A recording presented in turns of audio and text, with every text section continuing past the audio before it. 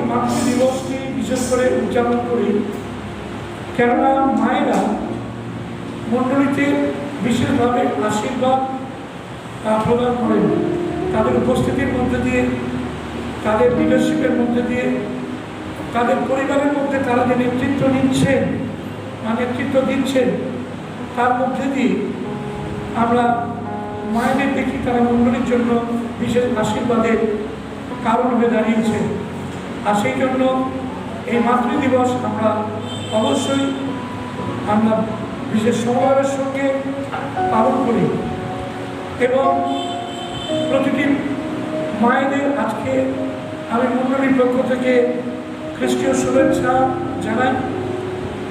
বিংশ শতাব্দীতে ওয়েস্ট ভার্জিনিয়ার গ্র্যাম্পটন শহরে আন্না জার্ভিস নামে একজন মহিলা, তিনি প্রথম এন্ড্রুস মেথডিস্ট এপিস্কোপাল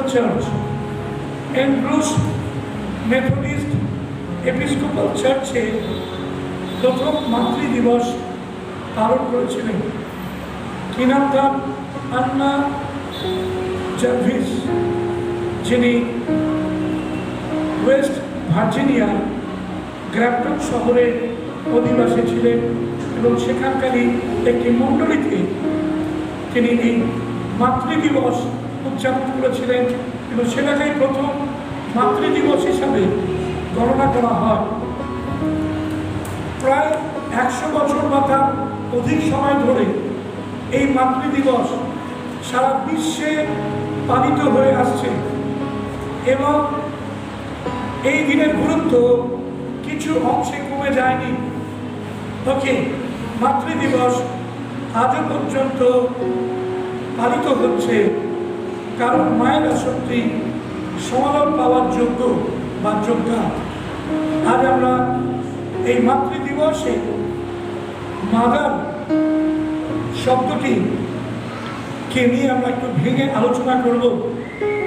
কটি শব্দের সমন্বয়ে এই মাদার শব্দটি রয়েছে? 6টা শব্দের সমন্বয়ে মাদার শব্দটি রয়েছে।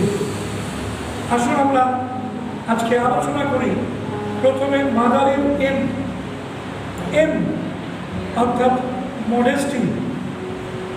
মডেস্টি, যেটা বাংলা অনুবাদ হচ্ছে বিনয় কিংবা শালীনতা কিংবা ভদ্র, তাদেরকে বলা হয় মডেস্ট।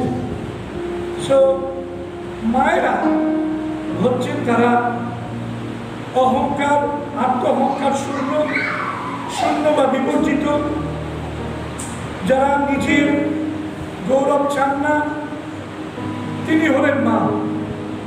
মা নিজের গৌরব কখনো চান না, আত্ম অহংকারও তিনি স্ফীত হন না, তিনি হলেন মা। এবং সেই মা তিনি হবেন বিনয়ী, ভদ্র, স্বাধীনতাপূর্ণ। আজকের বর্তমান সমাজে আমরা এই যে প্রজন্মের স্ত্রীলোকদের দেখছি যারা মা হতে চান, তাদের এই কথাগুলি মনে রাখা প্রয়োজন যে কেবল একটি বা দুটি সন্তানের জন্মদান করে মা হওয়া যথেষ্ট নয়, বরং মা হওয়ার সঙ্গে সঙ্গে তিনি যেন বিনয়ী, ভদ্র এবং স্বাধীনতাপূর্ণ হয়ে থাকে বা হবে। এটাই আজকে সমাজ, আজকে মণ্ডলী প্রতিটি মায়ের কাছে আশা করছে।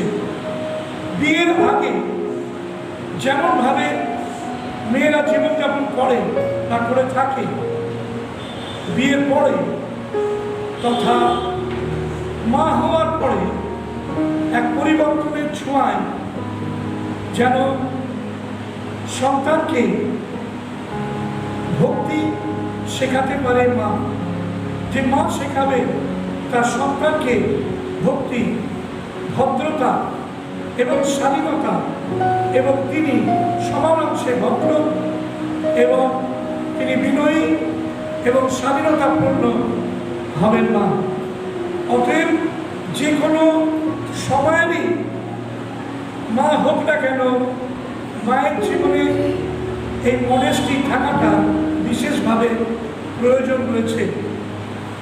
প্রিয় ভাইয়েরা, আজকে আপনি কি সেই স্বাধীনতাপূর্ণ একটি মা হিসাবে আপনার সন্তানের সামনে আপনি বিচরণ করছেন? আপনি কি মায়ের সামনে স্বাধীনতার আদর্শ, ভদ্রতার আদর্শ এবং বিনয়তার আদর্শ কি আপনি ধারণ করে চলেছেন? আজকে মাতৃ দিবসে আসল প্রতিটি মাকে আমি আহ্বান জানাই যে আপনি ভদ্র, বিনয়ী এবং স্বাধীনতাপূর্ণ হয়ে উঠুন, যেন আপনার সন্তান আপনাকে দেখে শিখতে পারে। দ্বিতীয়ত, আমরা দেখি যে শব্দটি, সেটা হচ্ছে অপারেটিভ। ও ফর অপারেটিভ, মাদারের ও, এই শব্দটাকে বলা হচ্ছে অপারেটিভ। অপারেটিভ শব্দটা বাংলা হচ্ছে ক্রিয়াশীল কিংবা চালু। অর্থাৎ যখন কোনো কিছু ক্রিয়াশীল থাকে তখন সেটাকে বলা হয় অপারেটিভ। ধরুন ল্যাপটপটা অপারেটিভ, কেননা সেটা চালু রয়েছে, সেটা কাজ করছে। মোবাইল ফোনটা অপারেটিভ, কেননা সেটা চালু রয়েছে, সেটাকে অপারেট করা যাবে। ওকে, মায়েদের জীবনে এই ক্রিয়াশীলতা এটা থাকা বিশেষ প্রয়োজন রয়েছে। মায়েরা সকল সময়তে তারা ক্রিয়াশীল, সন্তানের জন্য তারা কাজ করে। ক্রিয়াশীল মানে কাজ করে, তা যেমন অবস্থায় থাকুক না কেন সন্তানের জন্য সর্বদা মা বলে বিশেষভাবে ক্রিয়াশীল। চালু, চালু মানে হচ্ছে ক্লেভার নয়, বাংলায় রয়েছে চালু, আবার ক্লেভার বলা হয় চালাক, কিন্তু এখানে চালু মানে হচ্ছে রানিং বা সেটা অপারেটিভ বা ক্রিয়াশীল, যেটা ফাংশনাল, যেটা ফাংশন করছে।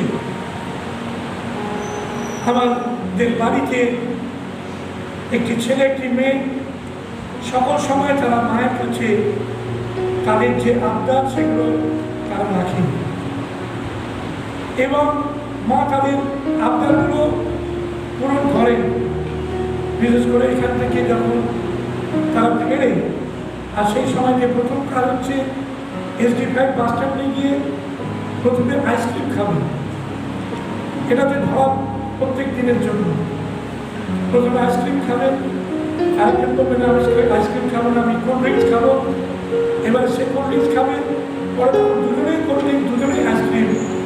এরকম তাদের যত আবদার তাদের মায়ের কাছে এটা বিশেষভাবে পূরণ হয়।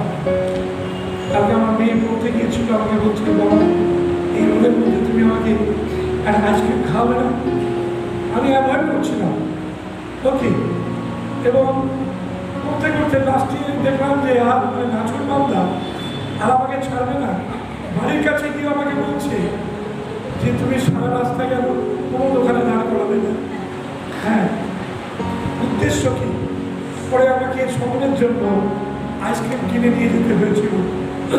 ওকে, সো মায়েরা আমরা দেখেছি যে তারা বিশেষভাবে ক্রিয়াশীল, তারা সন্তানের জন্য সকল সময়তে চিন্তা করে এবং কার্যকারী তারা রয়েছে।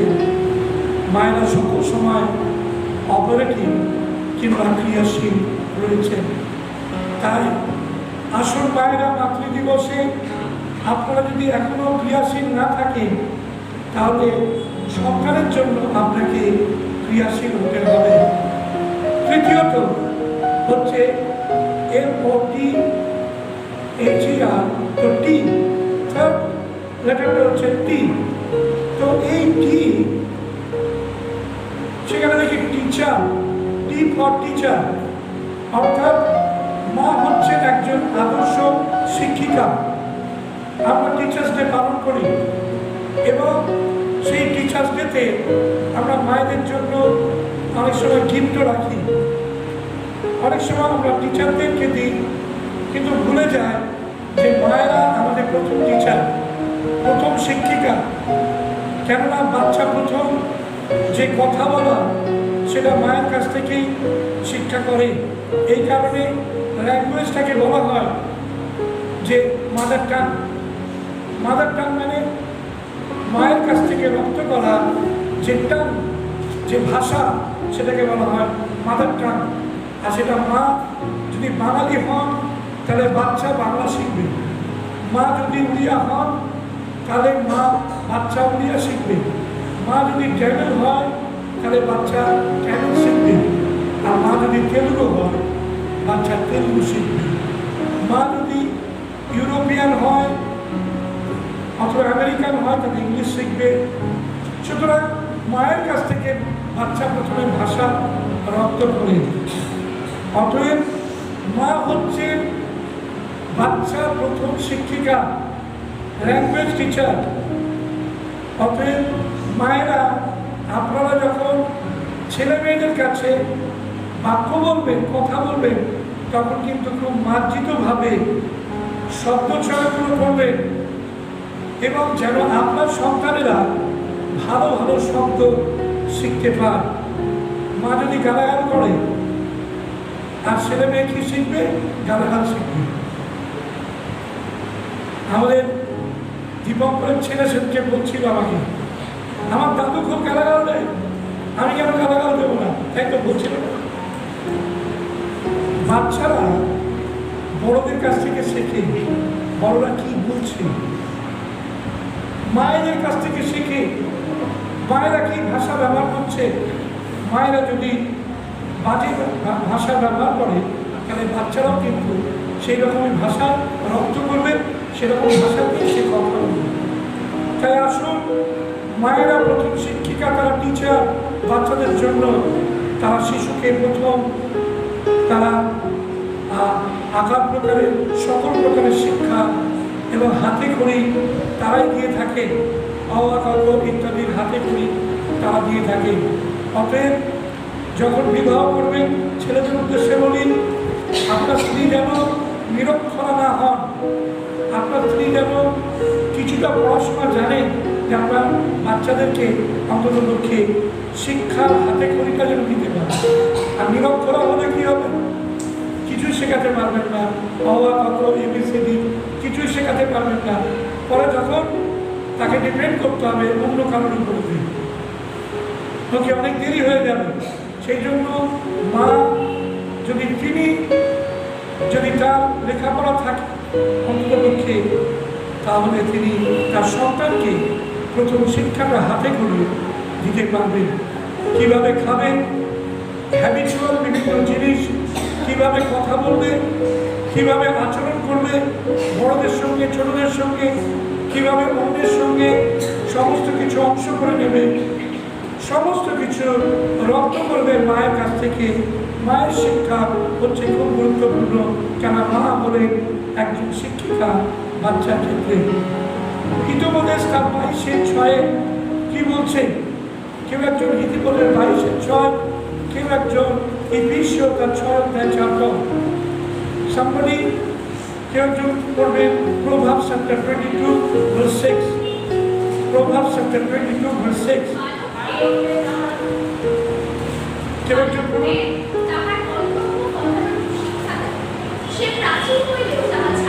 বালককে তাহার বক্তব্য কতটুকু শিক্ষা দাও, সে প্রাচীন হইলেও ছাড়িবে না।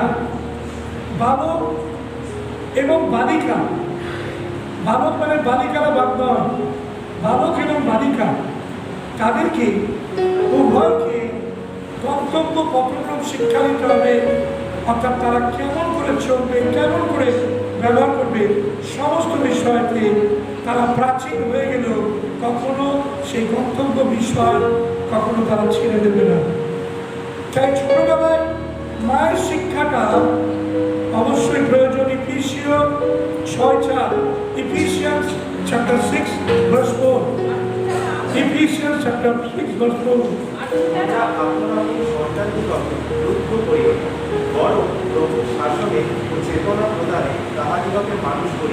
তোমরা আপন আপন সন্তানদিগকে ক্রুদ্ধ করিও না, বরং বরং কি লেখা আছে? প্রভুর শাসনে ও চেতনা প্রদানে তাদেরকে মানুষ করিয়ে দিল। প্রভু চেতনা এবং শাসন এই দুটোই কিন্তু মাকে দিতে হবে। তাই মাকে যদি দিতে হয় তাহলে মাকে রেগুলার বাইবেল পড়তে হবে। মাকে যদি দিতে হয় তাহলে মাকে প্রভুর ঘরে আসতে হবে। মা যদি প্রভুর ঘরে না আসেন তাহলে সন্তান কেমন করে শিখবে প্রভুর ঘরে আসা? মা যদি ঈশ্বরের বাক্য না জানেন তাহলে তিনি কেমন করে সন্তানকে প্রভুর ভয়, প্রভুর বাক্য শিক্ষা এবং চেতনা কেমন করে প্রদান করবেন? অতএব মায়ের গুরুত্ব সন্তানের জীবনে অনেকটা বেশি, এবং মা হচ্ছে সন্তানের জীবনে একজন টিচার, একজন শিক্ষিকা। ওকে, ঈশ্বরের বাক্য কেন্দ্রিক শিক্ষামালা সন্তানদের প্রদান করবেন যেন তারা মানুষের মতো মানুষ হতে পারে। যে সেই শিক্ষা মা তাদেরকে দেবেন যেন তারা প্রকৃত একজন বিলিভার, একজন বিশ্বাসীতে পরিণত হতে পারে। অনেকে আপনারা রয়েছেন, আপনাদের সন্তানদের সম্বন্ধে আপনারা খুব ওয়াকিবহাল। থ্যাংক ইউ সেই সমস্ত মায়েদের জন্য আপনারা সন্তানদের বিষয় ভাবেন। অনেক মায়েরা রয়েছেন তারা সন্তানদের বিষয় মোটেই ভাবেন না, তারা নিজেদের বিষয় ভাবেন।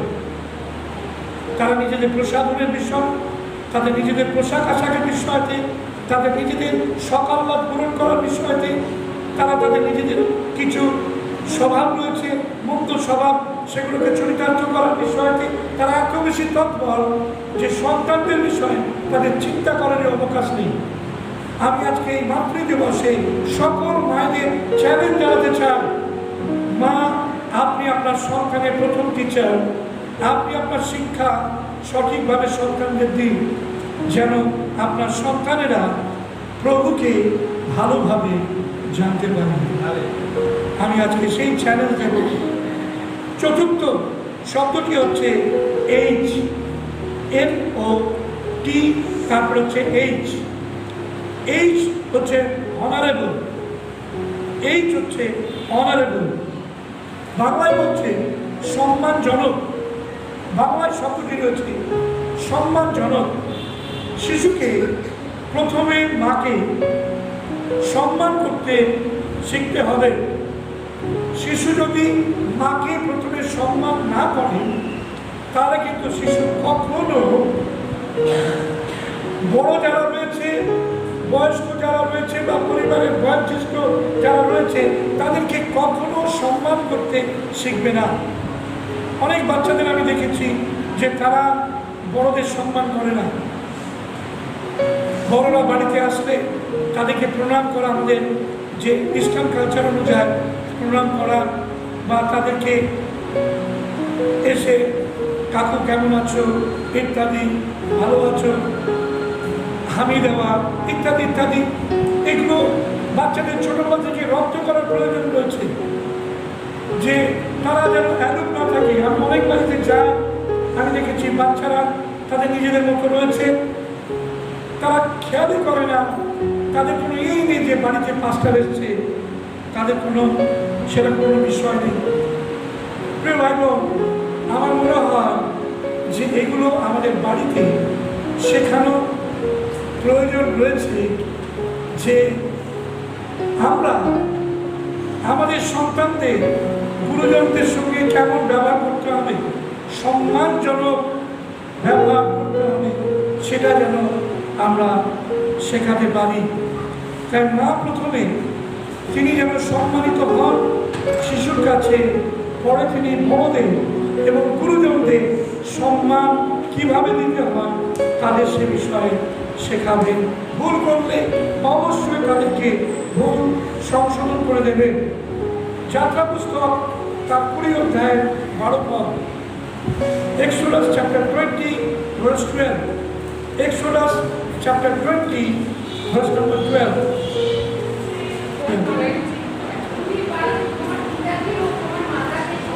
হ্যাঁ,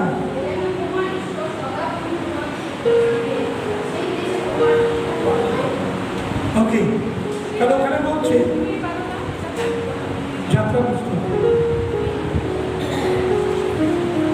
ওখানে বলছে তুমি তোমার পিতা মাতাকে সমাদর করবে, অর্থাৎ সন্তানেরা যেন পিতা মাতাকে সমাদর করে, এটা মসির 10 আজ্ঞার মধ্যে আমরা দেখতে পাই। অতএব মাতাকে সম্মান করবে, এটা অবশ্যই ঈশ্বরের আজ্ঞা।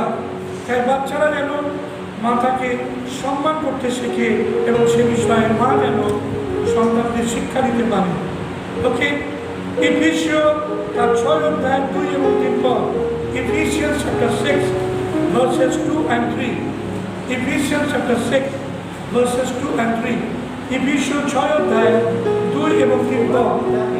তোমার মাতাকে সম্মান করবে, কিন্তু প্রতিজ্ঞা সহ প্রথম আশা যেন তোমার মঙ্গল হয় এবং তুমি দেশের দীর্ঘায়ু।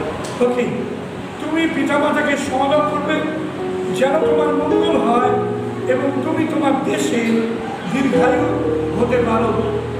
তার মানে মঙ্গল এবং দীর্ঘায়ু এই দুটো কিন্তু সন্তানদের তখনই হবে যখন সন্তানরা বাবা মাকে সমাদর করবে।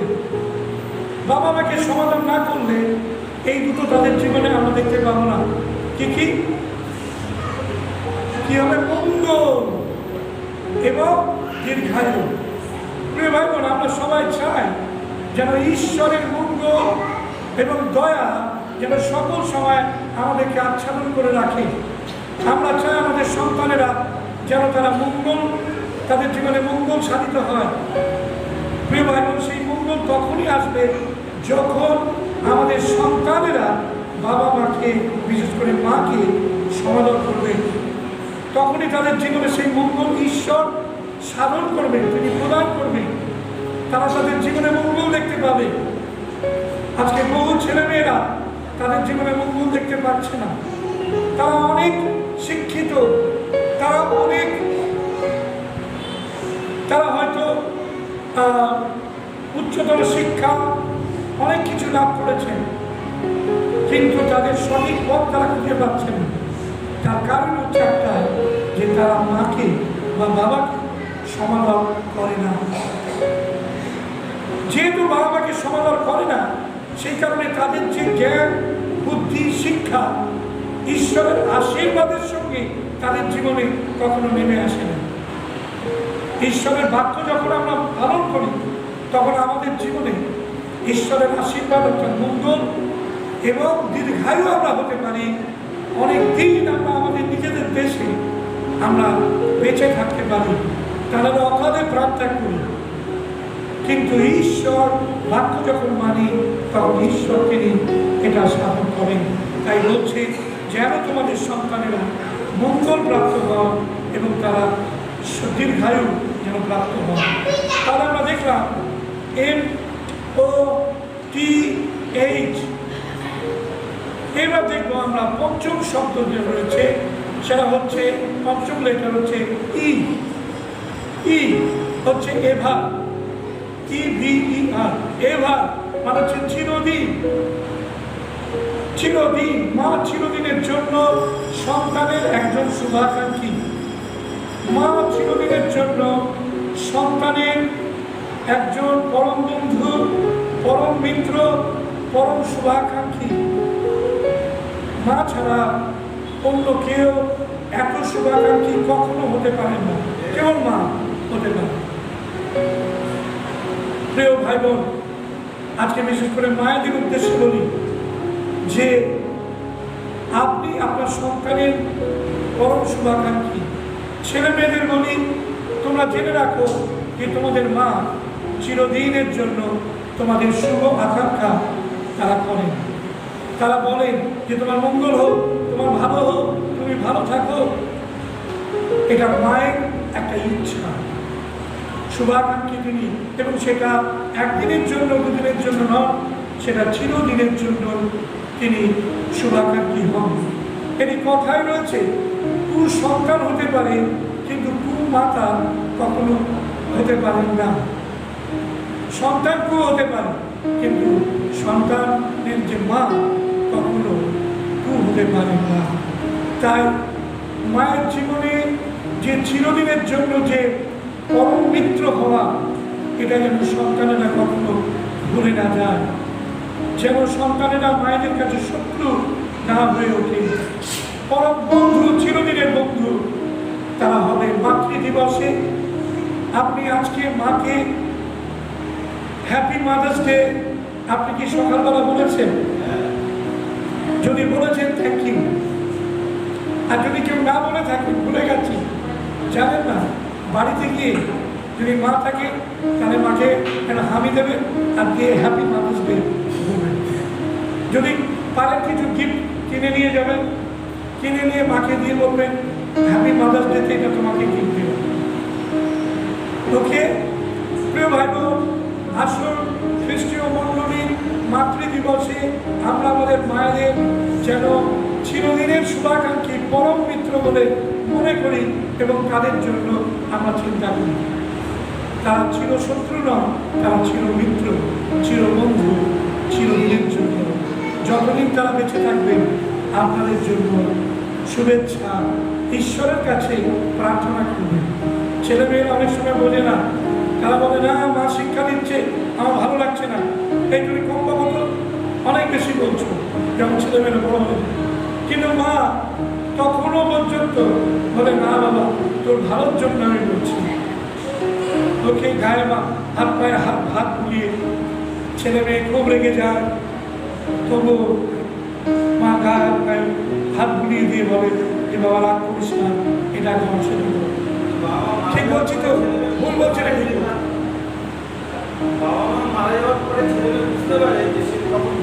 হ্যাঁ, সে যখন বাবা মা মারা যায় আর তখন সে ভুল করে, সে বুঝতে পারে যে কি ভুল করেছি।